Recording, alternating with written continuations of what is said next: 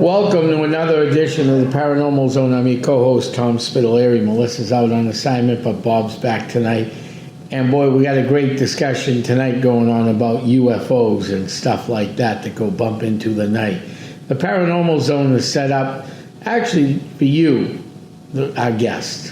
We don't take any live phone calls. We want to have you on just to discuss what's going on with either UFOs, UAPs, if you want to call them that, Bigfoot, Birdman, Ghost, and anything else that goes bump into the night. So, with that, let's get started with Bob, because this show's going to be really a barn burner, or I should say a light burner, or White House down burner. I don't know what we're going to call this yet, but we're going to call it something. So, Bob, let's get started. Thanks for coming back, Bob, for tonight, and we're going to discuss Harry S. Truman, right? Yeah. Yeah, well, Tom, with the release of some UFO files, certainly not all of them yet, but some of them, and the activity that we're starting to see, which started really with the A13 there, turned out to be a comet, but all of the interest in this, and we do seem to be seeing more and more both abductions, observations, and that stuff. So I think that we're probably not far away from full disclosure. Now, far away being, I think people here far away think, well, we're talking a couple of weeks. I think we're talking a couple of years, okay? But I think that we're on the cusp of that happening. Certainly Trump seems to want to do that. But anyway, I thought it would be interesting to take your listeners back to maybe the very start of this whole thing. Who knows? There certainly is a lot of speculation and conspiracies, frankly, that really bring UFOs back to the Egyptian times. We've talked about this on your show before, who really built the pyramids. I mean, when you deep dive into that, certainly it took some technology that wasn't around in that time frame. Correct. Right? To make them as perfect as they are today. Just for your listeners that have never looked at this before, with all of the supercomputers we have today, we can't replicate the pyramids. I mean, to me, that's amazing. It's just, it's mind-boggling to think these were built 5,000 years ago, and yet today with our supercomputers, we can't build the pyramids to the same specs that the Egyptians did. The second thing is certainly in many, many caves and tombs that they opened up from Egyptian times, there was hieroglyphics on the tombs that seemed to be a spaceship type thing flying in the air with flames coming out of it. And actually a couple of carvings that look like space helmets with air tubes coming out. So there is some evidence that maybe there was something strange going on. But this really story tonight is really about two presidents, frankly. Harry Truman, President Truman back when he was president in 1953. And then the following president, which was Dwight D. Eisenhower in 54. And somewhere between that was Doris Day, right? Yeah, exactly, yeah. I mean, when you think about how long ago that was. But I think as we roll this out this evening, and please ask as many questions as you want, it starts to tie into what might be going on today. But anyway, it started with Harry Truman. There's speculation that when Harry Truman was president in 1953, that he had some contact with aliens. Now, there's no real evidence that he had a sit-down face-to-face with an alien, but there's some evidence that he had some contact with them. When he vacated the office and gave it to Dwight Eisenhower in 54, Eisenhower developed what he calls the Majestic 12 chart. Now, nobody can really, with 100% truth, tell you what the Majestic 12 project was. Was it 12 scientists that got together, and that's why they called it that? Or was Majestic 12 the name of another planet or another star galaxy? Nobody really knows what the code name represented, but what Dwight D. Eisenhower did was that he put a group together of scientists and, top secret people, and he wanted to investigate the chance that they could make alien contact, that there was other life out there. Now, think about this, Tom. Yeah. Back in 1954, Right. they were talking about, is there a possibility? In February of 1954, Dwight D. Eisenhower was vacationing in his summer home, and very mysteriously left the summer home and was not seen or heard from for almost 24 hours. Now, the first report came out on the news back then that he had died of a heart attack. Right. Hours later of that report, it came out and said that wasn't true. What Eisenhower eventually told people was that he had chipped a tooth and went to a dentist as an emergency dental need work to fix his tooth. Mm-hmm. That proved to be not true. Right. They couldn't find any dentist that had any records when he was questioned about it. He just didn't want to talk about it any longer. Wasn't a big deal and so forth. But some evidence came up that particular day that he left, he actually flew out to Edwards Air Force Base. And there are records of a flight from Florida, where he was vacationing, to Edwards in California. And it's reasonable to think that might have been his flight. Yeah. The story goes that he actually met face-to-face with 3 aliens that they defined as a race called Grays, Grays. The thrust of the meeting was that they wanted to communicate. The aliens asked to talk to, the leader of Earth, and he wanted to communicate with them because he felt that technology, this is what's the interesting part about the pyramids, that these Greys had technology way beyond where we were, way beyond. Yeah. And of course, with World War I, World War II, and Korea, there was certainly a lot of reason to look for new technology as weaponry formed. And even back then, if you remember JFK in the 60s, wanted to do space travel because he was convinced that whoever dominated space would dominate the world. Right. Not from a fear factor, but from a peace factor. Right. And even back in '54, it appears that Eisenhower had the same vision of that. Now, I don't think he had the vision of space travel back then. I'm not suggesting that. But he did have the vision to say we need technology to move ahead. Mm-hmm. So he meets with these Greys, and they agree on really 2 things. One, that if Eisenhower, let's go back.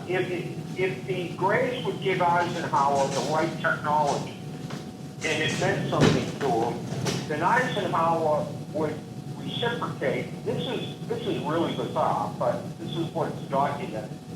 That he would allow Greys to abduct Americans on a very low number rate, because the Greys said that planet Earth was heading toward destruction. Mm-hmm. They wanted to be able to abduct people, to examine their DNA, to examine their thought process, and so on and so on. Right. And according to that, and the project, the two names that people could go ahead and Google just to look at it was, one project was Sigma, S-I-G-M-A, Yeah, Sigma. The other project was Greta Tree, which was G-R-E-E-D-A, Tree, T-R-E-A-C. okay, Those are the two things that you can Google to read about this. yeah, But they agreed that the deal was that and the aliens would share a very advanced technology. So what is really the scary part about that talk? The scary part about it is that our president, if this is true, and I always try to qualify this, I want everyone to know there is, there's certainly some proof and evidence out there, but we don't have access to that. So there's no hard evidence that this happened. But if we look at the Betty and Barney Hill abduction, yeah, there was limited hard evidence to that, and yet almost everyone today will agree that the Betty and Barney Hill situation happened.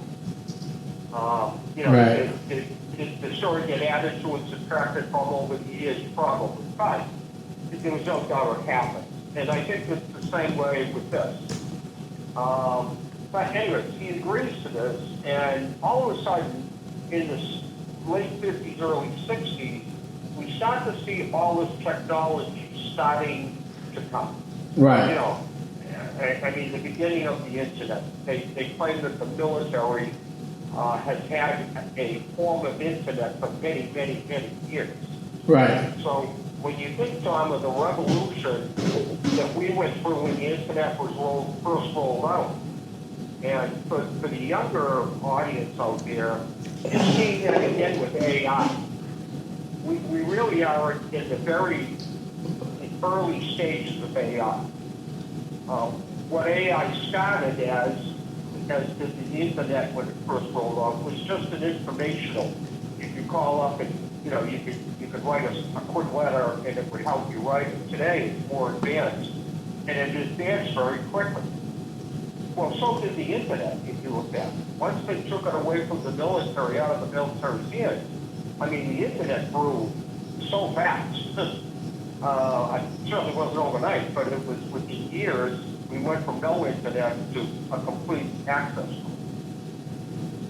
On top of that, you look at the weapons and air travel and just so many other things that came out of all of that. So what we don't know is what did the aliens really share with Eisenhower back in 1954?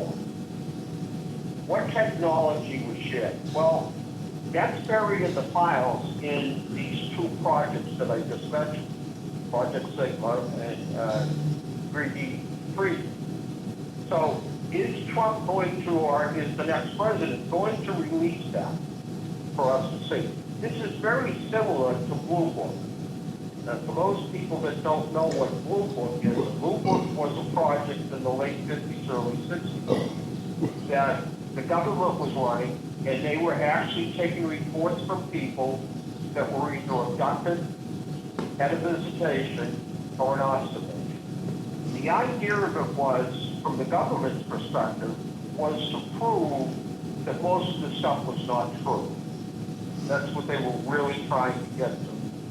And it kind of backfired on them, right? Because what happened was that as these reports started coming in, it got even more bizarre because they couldn't disprove a lot. And ultimately, that's where MUFON kind of rolled out back then. A national organization that could tie all of this information together. And of course, back then, databases were in their infancy, right? So it was still a lot of annual reporting. right, Today, with the speed we have in computers and everything else today, it can be done in minutes, right? mm-hmm. Taken in Colorado, can be transmitted to you within minutes. Right, So the accumulation of that data is going to really help us. When you and I interfaced with a gentleman in Massachusetts, that had over 1,800 leads in its database of people that were either abducted or had a visitation. And he was tracking all that. So to me, there's a lot of data out there that nobody has collected yet. And certainly people like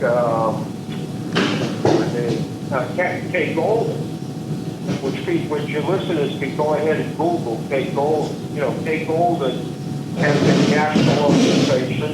Yeah. He is, what's the name of that, Tom? Oh God, I just drew a blank.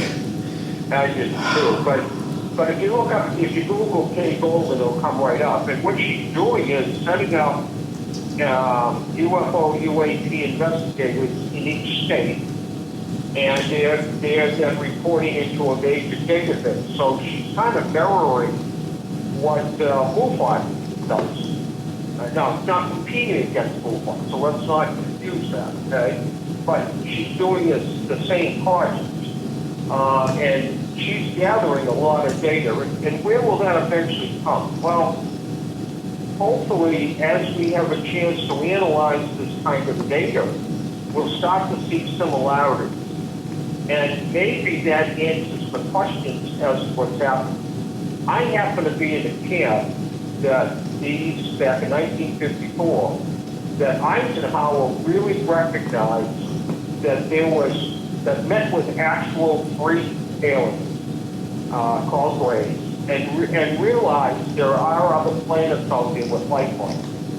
He also realized that it was much more advanced than our planet Earth. He recognized that.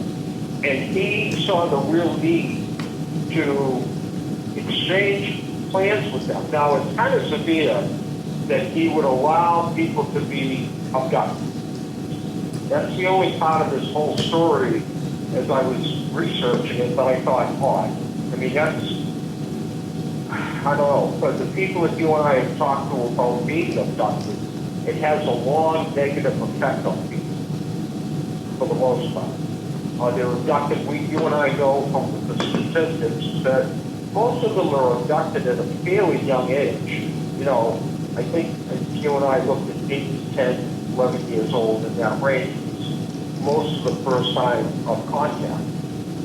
And lots of them, and I know you know some people that have experienced this, they get abducted or they make contact half a dozen to a dozen times over their lifetime. So does that tie into the aliens that wanted to talk to Eisenhower because they felt that Earth was on a path of destruction, self-destruction? And people said, well, destruction for what? Well, was back then. You know, the country was still growing back then. I mean, it was still, you know, coming out of the technology, getting into the technology ages, farming. All of those things come into play on how a planet survives. Atmosphere, you know, if you look at New Zealand, for example, New Zealand does not have an ozone layer. Right. It's gone, and you can research it. Your listeners can Google New Zealand. I have family that live there, and frankly, their ozone layer is completely gone. Now, for those of you that don't know what the ozone layer is, it is a protective layer that keeps radiation and everything out of the atmosphere. This show is too short tonight to explain ozone well, but I'm know about it. But if it's not there, then you subject yourself to a lot of more gamma rays than we do here in America because our ozone layer is still pretty healthy. So again, Dr. Eisenhower, did he recognize that we needed this and was willing to sacrifice? Now, I don't want to say he did that, okay, John? I wouldn't go quite that far and say, well, he did that, allowed Americans to be abducted, because we don't really know that or can prove that. Right. And the other thing is that it would seem strange to me that the aliens, picking on the Greys, Grays have been doing this now for hundreds of years, apparently. This isn't something that started in the 70s, 80s, and 90s. No. Abductions have been going on for quite a long time. So it would make sense if they were doing research, and you and I, for a number of years now, have been trying to drill down to what are they trying to achieve by abductions? Are they trying to understand our DNA? Is that what they're looking at? Are they trying to understand our reproductive systems so that they can reproduce better or easier, faster, whatever? Are they just looking for what technology? Or are we really just all in a test tube here? Do aliens go up against religion? But did they start planet Earth? Did they populate planet Earth as a test to see what an atmosphere can actually take? Or there's a theory out here, Tom, that they developed planet Earth thousands and thousands of years ago as a fallback to losing their own planet, that they would have a plan to, start over again. Right. And I certainly heard some very intelligent people talk about this. It does have some substance. I know you've heard this before, and you've talked about it. Yeah. No, I mean, there's a lot out there. And until we can get this fully resolved, it always leaves more questions than answers.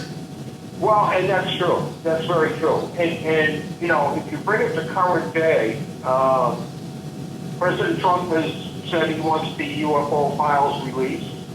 That he wants the story told and so forth. And I think that's wonderful. But what happens is that when we start to look at releasing information, you have security involved. So you have to redact a lot of information. So as they go through files, they say, well, we don't want to do this. And this story about Eisenhower is probably in those files. That's where the truth lies. So do they want to release that to say Eisenhower met with aliens? That's a fact. It's documented, I guess. Yeah. And that he agreed to allow Americans to be abducted to gain this technology. I'd be interested in your feelings on this stuff. How would you perceive Eisenhower if that turned out true? Well, I would not perceive him as a great anything if that is true. I mean, they called him the great general, but great generals don't throw up the flag. They go down fighting for what they believe in, leading from the front. Yep. Yeah. And I think that you're in the majority of how people would view Eisenhower. And one of the things that we know in our political system with all presidents back to Abe Lincoln is that legacy is the whole game they play. It really is their legacy that they fight for. It's not money, it's not power, because they already had that time. Right. They already have that power. That's how they got there in the first place. But it's the legacy that they fight about. And what do they protect? They protect the legacy. And this goes all the way back to Abe Lincoln. They've been protecting his legacy since he was assassinated. Hey, here's something interesting. Yeah. The Harry S. Truman National Archives, there's October 3rd, 1958. They don't have the video clip anymore. It went missing. There you go. See? Now, it went missing. Yeah. And that is what happens in the archives. Somebody says, we're not going to release that, but we don't want that out there. I think people today, if this could be proven to 100% accuracy, I think people would be shocked that way back in 1954, right around the time, when was Roswell? It was right around that time, wasn't it? It was, yes. Yeah. So, if you look at the story of Roswell and you look at what I consider to be today a cover-up by the military, And they tried 3 or 4 different approaches, got caught in almost every one of them. You know, again, it starts to tie into, did Eisenhower make this agreement, and then we started to see that they were going to allow these aliens to land on planet Earth, to look at it and take samples and so forth. And that's really what the Roswell was all about, was a craft landing and crashing. So you look at the conspiracy at least to say, well, if the government released that information, then does it get back to why was the aircraft so close to planet Earth and nobody knew about it? Right. Now, if Eisenhower turned the other cheek and allowed them to land, well, that makes Roswell even more suspicious, right? Because there's at least if you look at Roswell story, which is a story unto itself, but if you look at it, there were certainly rumors that there was at least one alien who survived the crash and was sharing a lot of information over the years, you know, at a location somewhere in Roswell. I think that we like to say Area 51. I'm not sure that's where it was, but certainly an area like that. The other thing is that there is some theory here that Eisenhower met really 3 times with these aliens, not just once. That there was at least 2 more meetings held that he attended, and this majestic quote documented this in the project, which again we won't know now until you know, somebody releases that information. But if he did meet with them on 2 more occasions, then this was a negotiations talk. This wasn't just a sharing of information. No. This was okay, so we did this work, we want to now advance that, and I say to you, okay, I'll let you advance that, but you need to give me this. And that's what it would be about. I think that I think the other place that he met with them was Edwards Air Force Base. I think that was where he met with them 2 more times. But again, it's an interesting story, and I encourage your listeners to Google it and read it for themselves, do some deep dives into it, because I think we're starting to see the end result, but it goes back that far. And it may go back thousands of years. Right. You know, certainly our researchers here in New Hampshire, one in particular has had a lot of experiences, and they seem to be picking up. You know, I liken it, I think the analogy of a jumbo jet taking off. You know, it's very slow going on the runway. If you've ever flown one, you wonder if it's going to get up off the ground. Right. But as he gets to a certain point in the runway, speed picks up, and all of a sudden the nose goes up, and you're off the edge. Then you're off and running. You're up and running. So I think what we're seeing is that for the last, let's round it off and say 100 years, that this whole evolution of UFO, UAP, rays and so forth, we've been kind of rumbling down the runway, but now it's just nose up. Are we getting ready to take off? And I suspect we are, because our current president, Donald Trump, has said he wants these files released, and it's time the American people know. Right. I suspect that he's read these files, or at least his folks have, and there is things in there that the American people should know. I hope it happens in my lifetime, for full disclosure, because I think there's been a lot of victims in this storm. I'm going to give you a minute to talk about some of it, because you have really been more proactive chatting with victims over the last 20 years than I have. And people don't realize, unless they've been abducted, just what an impact that has on their lives. Right.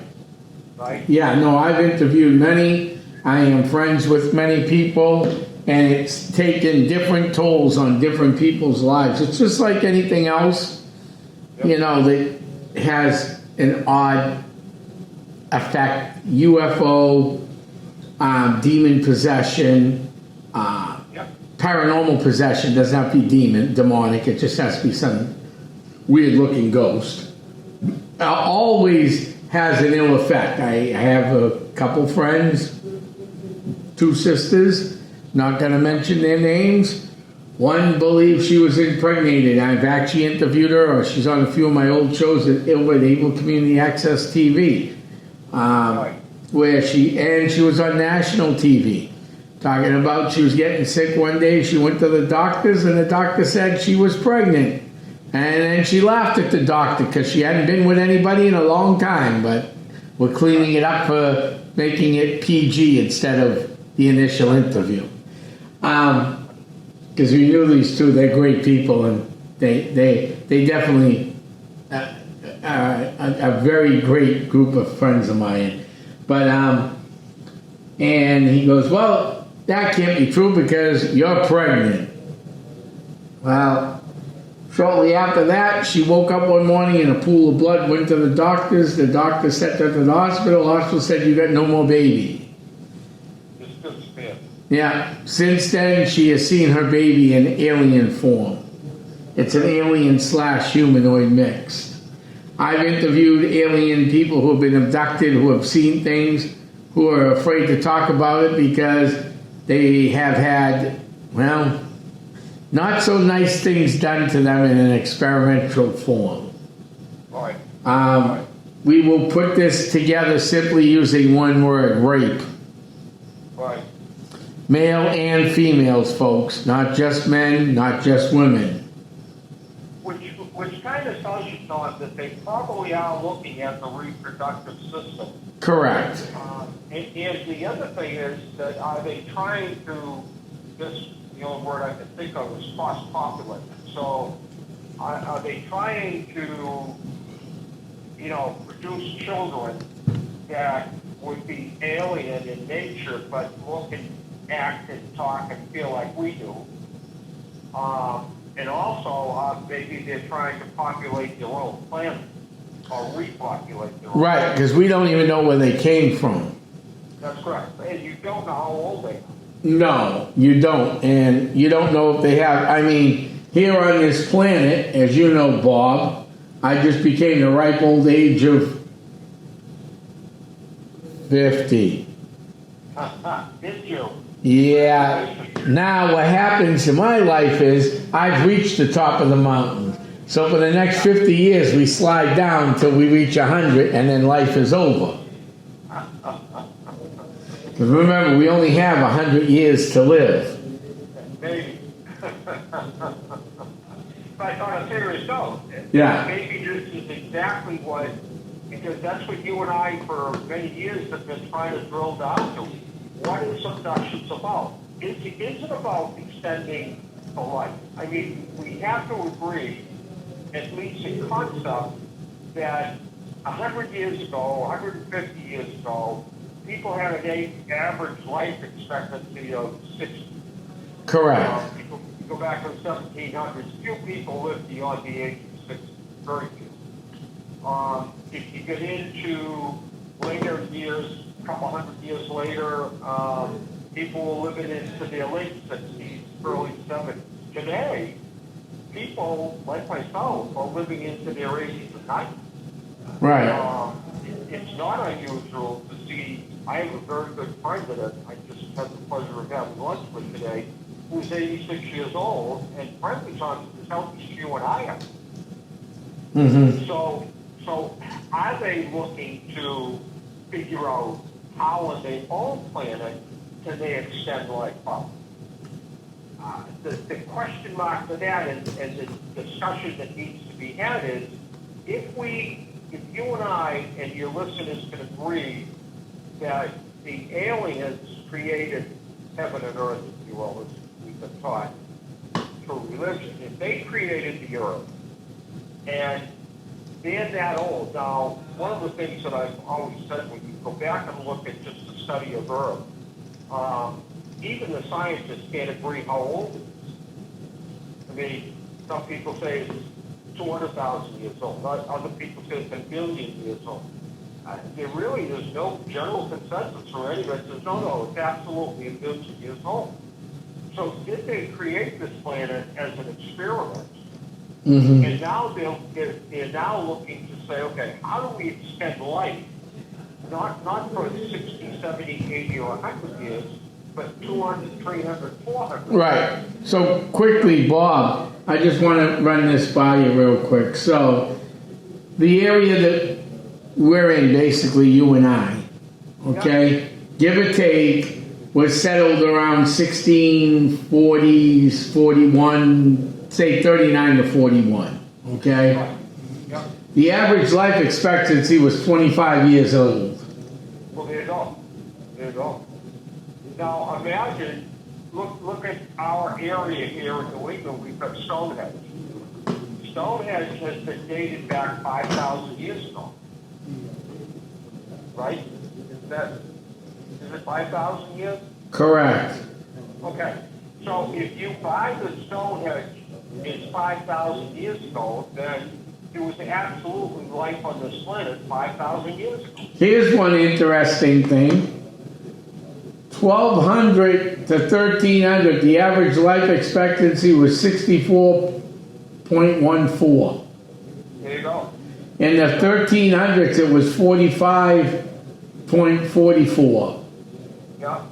Yeah. In this 14 to 1500s, it was 69-11. Wow. In the 1500s up to 1550, it was 71.27. Wow. So that's really all over the board. 1500s to 1550 to 1600, 68.25. Yeah. Yeah. 1600 to 1650, 63. That's just the world age, not the, because obviously the United States wasn't here Right. till later. Right. In the 1650s to the 1700s, it was 62.4. And then from the 1700s to 1745, it raised to 64.13. Wow. Yeah. Yeah. So that could very well be. They're looking to extend either our lives, or they're looking to say, how do we repopulate our own planet? Right. Because they may have already conquered the issue of these graves. Nobody knows how old these graves really are. Right. So, real quick, this was the UK. I just found it. It was the UK. I knew it wasn't over here. But that's interesting. It is interesting. It is. So these are all the little things that when you get into UFO, UAP research, these are the answers that we want to see if we can find. Back to the second issue of technology. Nobody, I don't think, Tom, could dispute the fact that our technology, starting with the internet, if you will, but certainly in medicine and everywhere else, science, in everything, in production and so forth, it took off like a rocket ship. If you go back and you're a historian, you do a lot of research, you Right. look at progress from the 1600s, the 1700s, to the 1800s. It had an upward trend, but very slowly. Right. If you look at the progress from the 1900s to the 2000s, it went straight up. Yes. We had the internet, we had medical breakthroughs. We've got a case today where computers can do surgeries, and not just a knee replacement. They can do really tough surgeries. And that's being experimented. That's not Star Wars, that's here today. Right. Yeah, we don't have back to tanks, but we have other stuff. Yeah. So back to tanks, for your non-Star Wars people, or people don't know what they are, back to tanks was a liquid your body was put in to heal. You'd see that in the Empire Strikes Back at the end when they rescue Luke and Luke is floating in water for a little while. That's a back to tank. Yeah. We didn't have those. So again, does this tie into the Eisenhower swap off? You give us technology, we allow you to do research on planet Earth without interruption. And again, you can't dispute the technology. I mean, you and I listen, I'm 78 years old, okay? I remember when we didn't have cell phones, we didn't have color TV, we didn't have computers, we didn't have the internet.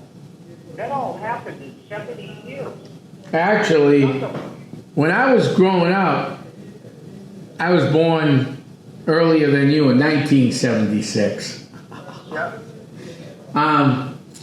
I vaguely remember, I had a black and white TV in my room, a little one, until I was in high school.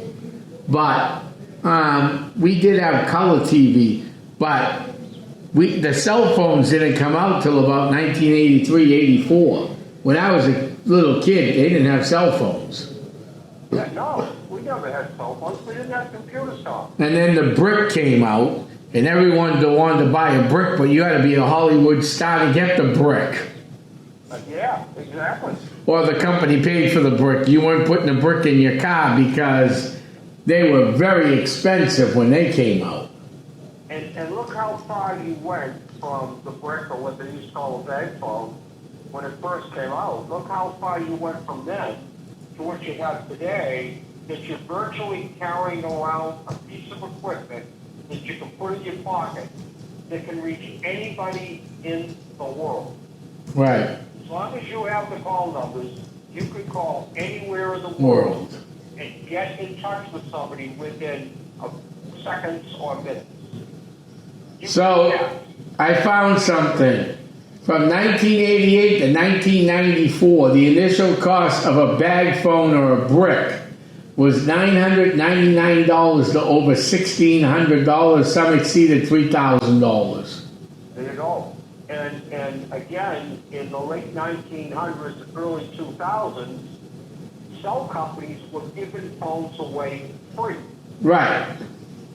All you had to do was put a plan on. Yeah. They now have since changed, and now they're charging for them. However, there's a lot more technology. So again, go back to Eisenhower. Is this what he traded off? Did what Eisenhower do in 1954 get us to where we are today? Right. Now we all know back in the day Motorola was the top. So 1980s brick transportable phones were between $2,500 and $4,000. There you go. Then by the early 1990s, they went down $1,500 to $2,500, and in the later 1990s, models went from $700 to $1,500. There you go. See, the other thing that happened, if you look at laptops and desktop computers, that when they first came out, it was the same way. You were paying $3,000 for them. Mm-hmm. As technology got better, prices came down.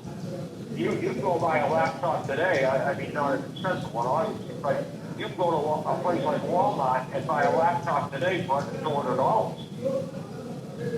Right. I mean, you know. So again, did Eisenhower trade off abductions of American people for technology? Right. And had he not done that, would we have to land on the moon? Right. So the original laptops cost between $5,000 and $11,000. There you go. The Macintosh Portable that came out in 1989 by Apple was $7,300, roughly $1,500 in today's money.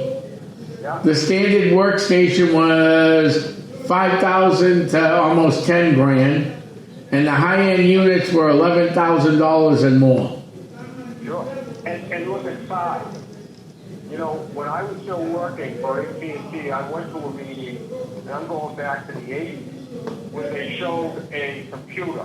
Yeah. And it took up a whole stage. That's how big it was. Well, even the portable laptops of back then were thick. I mean, I got one. I found one. I kept it for historical nature. They were thick and heavy. They weren't portable. I mean, they were portable, but today's standards of portable, these kids would laugh. Right.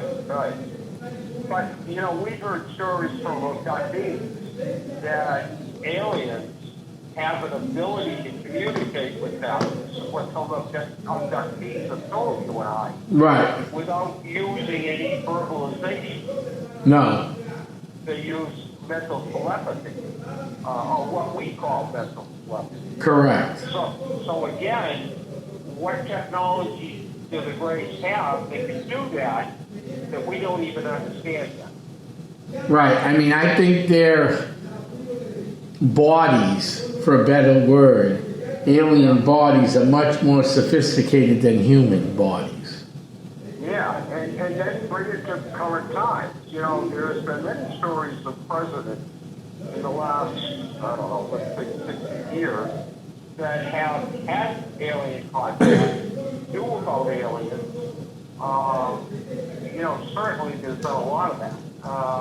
Has it ever been proven? No, but I believe, and I don't want to misquote the guy, but President Obama was asked in an interview one time, do you believe aliens exist? And without hesitation, and I don't want to quote him, but without hesitation, he said, I do believe that there's life on other planets. Well, in a 2025 document, George H.W. Bush brought renewed attention to UFO conspiracy theory. I mean, look at what happened here in the Bridgewater Triangle. There was a couple reports on it. I have never been able to find any more, but I remember the news report when it came out. Ronald Reagan's Air Force One, he was flying over the Bridgewater Triangle, and he got surrounded by unidentified flying objects. By the time the F-14s were flown out of Cape Cod, and I forgot the name of the Air Force base, it was down in the Cape anyhow, the things had taken off. Yeah, Otis. Otis, thank you. Otis, yeah, Otis Air Force Base. Well, but by the way, there were many stories of, especially if you follow the rocket era where we landed on the moon and space travel and so forth. A lot of these astronauts have said they have seen very strange things that can't be explained, that appear to be vehicles, but they are sworn to secrecy. They sign what they call it being, I think it's a DNA? No, it's I know what it's called. They sign them all the time. Yeah, you know what I mean. Yeah, it's not DNA, it's NDA, non-disclosure agreement. Non-disclosure agreement, right. So, and people say, well, what does that mean? Well, it means that they could lose their pensions. Yeah, and go to jail. I mean, or they go missing. Or they go missing. Now, we'll wrap this up a little bit by saying that there has been, I believe the count now is 13 or 14 people that have been closely affiliated with the UFO phenomena, both scientists and clerical people, that have either died mysteriously or gone missing. They just disappeared. So again, is it that they knew too much and they were going to blow the whistle? Which then you have to admit, well, guess what? That's done by us. That's the case. They're investigating the deaths and disappearances of at least 11 or 12 scientists. Well, there you go. There you go. Now, out of those 11 or 12, I think 3 or 4 of them committed suicide. Yeah. What appears to be suicide. But here's the other thing that I want our listeners to think about. Is this disappearance in or suicides connected to the aliens, not to experiencing within our own culture? Right. Maybe these abductees are being abducted by aliens because of their knowledge that they have, right? Mm-hmm. And you say, well, why would they kill them? Well, maybe something happened in the abduction. If you go back to the Nancy Guthrie case, which is now 147 days old, I think, there's a very good chance, and even some of the investigators that have looked at it, there's a very good chance that when they abducted that poor woman, she died before they had a chance to collect the ransom. Uh-huh. Correct. Right? So they abduct her and she has a heart attack, something happens to her, right? And that's why they haven't really been able to nail down any evidence, because once she expired, they knew they weren't going to make any money on that deal.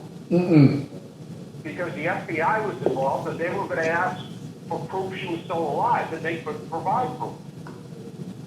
So, again, I guess it goes back to conspiracies, but I always encourage people, as you do too, Tom, don't listen to this podcast and just say, oh my God, I now did this, and I can't listen. Go research this. Right. Research it yourself. Today with Google and especially with AI, you can get anything in. Frankly, if you want to keep diving, go deep for now. So go find out, because I think we're going to sit here someday and say, my God, can you believe this? And I think this will come out, as I believe the Kennedy assassination. That information someday will come out. Right. It's Without the black highlights. That's right. Yeah, without the redactions. Yeah. I'm going to close out my segment by just telling a quick story. I had the opportunity to be in Virginia for a week ago, and we visited Ford Theater where Abraham Lincoln was assassinated. Yeah. Well, we didn't get into Ford Theater, but the house across the street from Ford Theater is where Lincoln actually passed away. Right. And we got very lucky because we had just come out of the gift shop. And we were standing there, and the park ranger, I guess I could find her as well. We got talking to her, and she said, would you like to come in and do a quick tour? So we had the opportunity to go into where what happened was Lincoln was shot. They rushed him out of the building. Right. Back then, they didn't have the ambulances. They didn't have taxis. No. So the owner of the house across the street ran out and said, bring him in here, quick, bring him in here, and they did. And that's really where it expired. But we had the opportunity to go into the bedroom that he expired in. He actually died in. And they actually had the bed that he died in. Yeah. And it was, for me, maybe because I'm into the paranormal and that kind of thing, but it was very emotional for me, because I said to my oldest son, he was standing in the bedroom that Abraham Lincoln died in. Right. It is mind-boggling just to be standing in the same room that Abe Lincoln died in. Right. So I encourage people to travel to, experience these things. Most of them are fairly inexpensive to do. And it's the same way I encourage people to say, hey, if you heard anything in this podcast that you disagree with, well, tell you what, go deep dive into it, send me your thoughts on it. I'm really wide open to discussions about this. I'd really love to hear other people's thoughts on it. Right. You can send it to paranormalnh@yahoo.com, and either Tom or myself will get back to you. We're always looking for new guests to come on. Again, paranormalnh@yahoo.com. We'll get you on here. We'll make it very convenient for you. You can call from the living room of your home. You don't have to travel. You don't even have to use your real name if you don't want to. But we want to hear your story, whether it's witches, whether it's psychics, whether it's mediums, paranormal investigators, Bigfoot researchers. Come on and tell us your story. Tell us what you think, and give us your opinions. We'd love to have you on. Yeah, we would actually. We'd be more than happy to have you on the radio. So, well, I want to thank you, Bob. This was a great show. This was a barn burner of a show. So thank you very much. I want to thank all our listeners. I do have one thing to say. We are planning some stuff coming up in the spring and in the fall. Hilldale will start soon. We've had rain almost every weekend, and we got a little behind on cutting lawn. Looks like a hayfield, but we're going to be getting there soon. We'll be having an event real soon coming up, probably at one of those secret locations, public locations. Yeah. Yeah. And then, what is going on? Anything in the UFO end? Yeah, there is. Obviously, if you come from New England, you know that the weather's been pretty sketchy, but we are planning after the 4th of July, sometime around mid-July, we're going to have a Sky Watchers event. Put on by yeah. It will be open to the public, so anybody that'd like to come, bring your binoculars, bring your telescopes. We're also, Tom and I are both looking for members. So, you know, if you want to join a paranormal team, you want to join a UFO, UAP, or just a night sky observation team, again, send your request to paranormalnh@yahoo.com. Somebody will get back to you. We're looking for new members. You know, we got a lot of activity. Matter of fact, we got more activity than we do team play. So we're anxious to grid. You don't have to buy equipment. You don't have to spend any money. And so joining fees involved. No. Tom does a great job training people, and we're very patient with people, and we understand you have lives outside of this stuff, so it won't interfere with your family life at all. So come join us. Let's fill these seats. Yeah, and let's go find out what's out there. Let's go find out what's out there. You're right. All right, well, thank you, Bob. It's time for me to head back to the crypt for the night. Heading back under the crypt. You're heading out. I want to thank everybody for tuning in. This is the Paranormal Zone. Good night, everybody.